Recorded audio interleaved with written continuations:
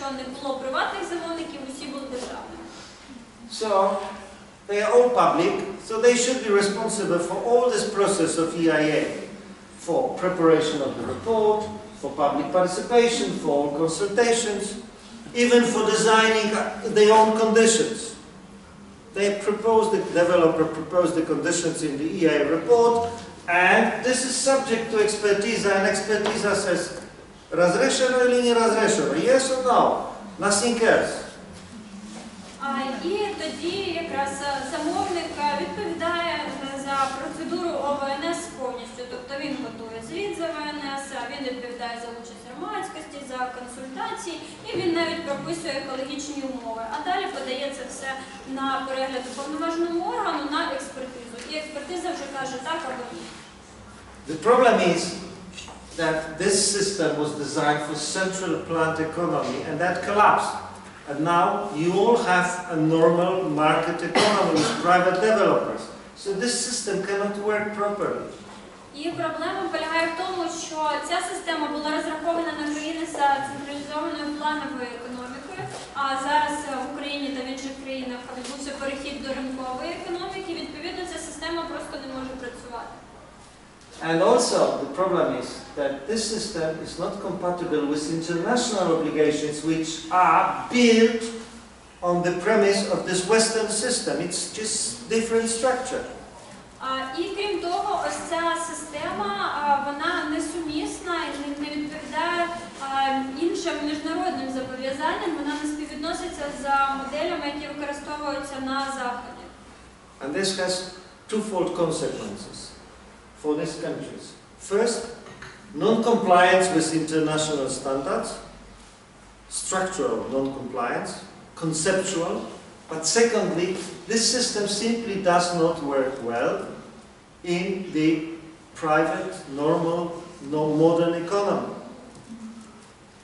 І наслідки такої невідповідності полягають в тому, що система таких країн з ОВНС-експертизою просто не відповідає міжнародним стандартам ні за своєю структурою, ні за концепцією. Крім того, вона просто не працює нормально для приватного сектору. That's why post-Soviet countries, one after one, changed their system into the modern EIA-SCA system. And Ukraine is at the forefront, one of the first ones to change it. І тому країни пострадянського простору одна за однією переходять до системи ОВД-СЕО, і Україна тут на передовій.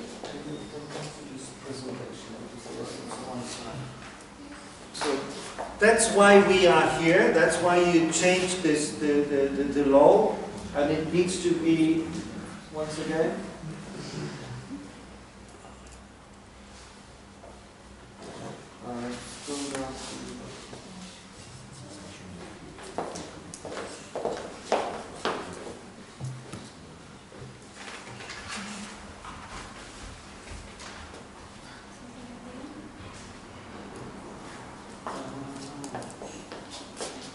Definition. Conceptually, for the expertise system, ocenka EIA is a technical process done by consultants. According to the directive, Western system, this is the procedure conducted by competent authority. Отже, концептуальна відмінність між сучасною ОВД та ОВНС полягає в тому, що ОВНС готує і відповідає за це консультант, а за ОВД відповідає уповноважений орган. Is it correct? I'm not sure. It was correct, but shortened. Okay. Next one. Okay, next one.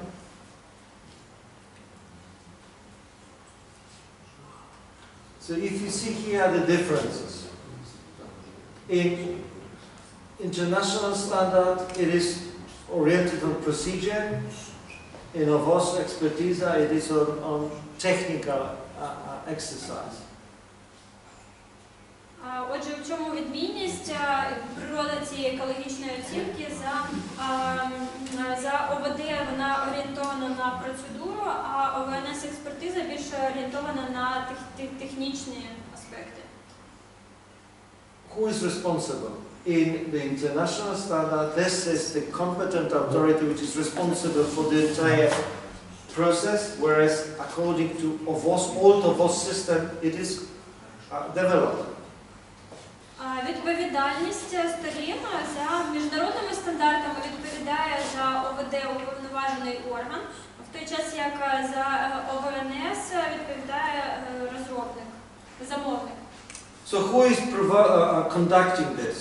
It is a responsible, competent authority which is responsible and is also conducting in practice public participation, making conditions and so on. Хто проводить процедуру ОВД або ОВНС? За ОВД це проводить уповноважений орган, який також відповідає за участь громадськості, за виставлення умов екологічних. And in OVOS it is a technical experts. А за ОВНС відповідають технічні експерти. In the Western system, EIA report is only one of the elements taken into account, whereas in the traditional OVOS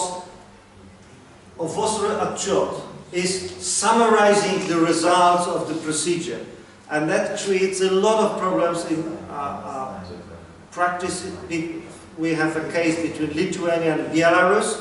Belarus has the traditional system and Lithuania different, and there is 3 years of international dispute because of this. І в чому також відмінність? В тому, що звіт з ОВД це є лише одна частина загальної процедури ОВД за західною моделлю, в той час як звіт з ОВНС це якби підсумок усієї процедури. І через це виникають серйозні проблеми, наприклад, у випадку Литви та Білорусі, де у Литві використовують західну модель, а у Білорусі стару традиційну, і у них було 3 роки міжнародних спорів через ці сумісність систем. Last one. So, what are the basic features? Individual screening, which is not the case in Ukraine because you decided to have only mandatory. The individual scoping, that is a typical feature which is a new for Ukraine. What is the role of the EIA report? It does not summarize the procedure.